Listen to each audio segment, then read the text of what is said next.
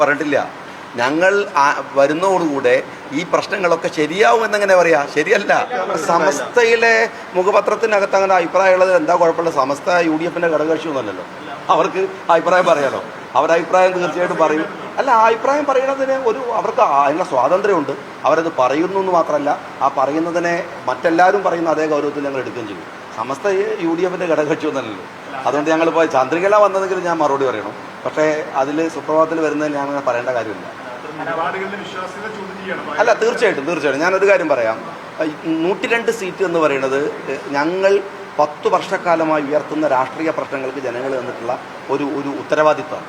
ആ ഉത്തരവാദിത്വത്തെ ഒരൊറ്റ മാസം കൊണ്ട് അല്ലെങ്കിൽ ഒരു 2 മാസം കൊണ്ട് അതിനെ മുഴുവൻ മറികടന്ന് മുമ്പോട്ട് പോകാനുള്ള മാജിക്കൊന്നും ഞങ്ങളുടെ കയ്യിലില്ല. ഞങ്ങൾ ഘട്ടം ഘട്ടമായി ഞങ്ങൾ എന്തായിരുന്നു ഉയർത്തിയ രാഷ്ട്രീയ പ്രശ്നങ്ങൾ, ആ പ്രശ്നങ്ങളിലേക്ക് വരും. ഞാൻ ഒറ്റ കാര്യം പറയാം. കേരളത്തിലെ വികസനവുമായി ഞങ്ങൾ ഉയർത്തിയ ഒരുപാട് രാഷ്ട്രീയ പ്രശ്നമുണ്ട്.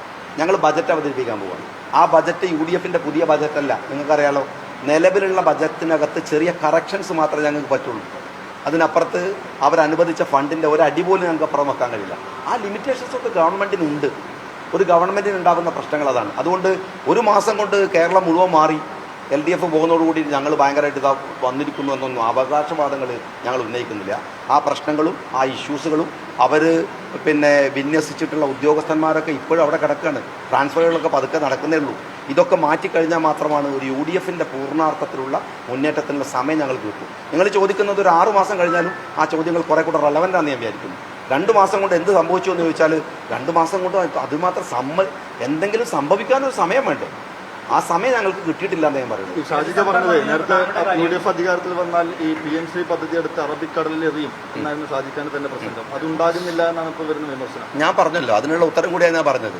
അത് അറബിക്കടലിൽ ഇവിടുന്ന് പോയിട്ടൊന്നുമില്ല. ഈ ചില വാചകങ്ങളുടെ പ്രയോഗം വെച്ചിട്ട് ഒരു സർക്കാരിൻ്റെ ഒരു സാധനത്തെ ഞാനൊരു രാഷ്ട്രീയ പ്രസംഗത്തിന് അറബിക്കടലിൽ എറിയുന്ന പറഞ്ഞാൽ പിറ്റേന്ന് കൊണ്ടേറ്റ് ബുക്കെറിഞ്ഞാൽ പോരല്ലോ. ഇതിന് നടപടിക്രമങ്ങളില്ലേ? അപ്പോൾ ആ പ്രയോഗത്തെടുത്തിട്ട് ശിവൻകുട്ടി അദ്ദേഹത്തിൻ്റെ പോസ്റ്റിലിടുന്ന മാതിരി നിങ്ങൾ ചോദിക്കരുത്. അതൊക്കെ അതിൻ്റെ അർത്ഥം എന്താണ്? ഞങ്ങൾ PMCക്ക് എതിരാണെന്നാണ്. അത് ഞങ്ങൾ പറഞ്ഞതിന് നിസ്സാരമൊക്കെ അല്ല കേട്ടോ. ഞങ്ങളതിനെതിരാണെന്ന അർത്ഥം. ആ അല്ലാന്ന് ഞാൻ പറഞ്ഞിട്ടില്ല.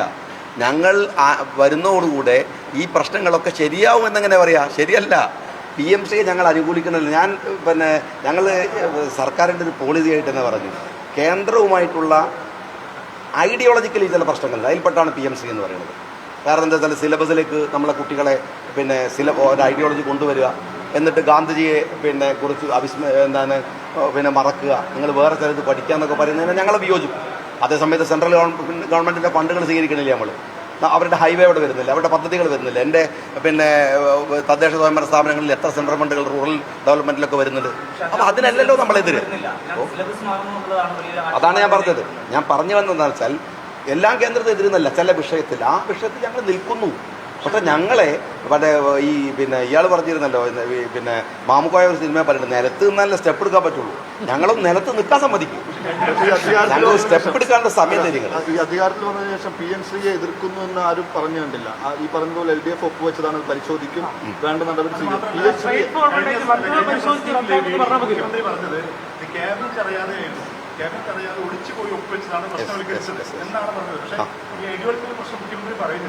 പറഞ്ഞു, മുഖ്യമന്ത്രി പറഞ്ഞത് മാത്രമല്ല, ഞങ്ങൾ ഒളിച്ചു വെച്ചു ഒപ്പുവെച്ചു എന്ന് പറഞ്ഞില്ല, ഒപ്പുവെച്ചു.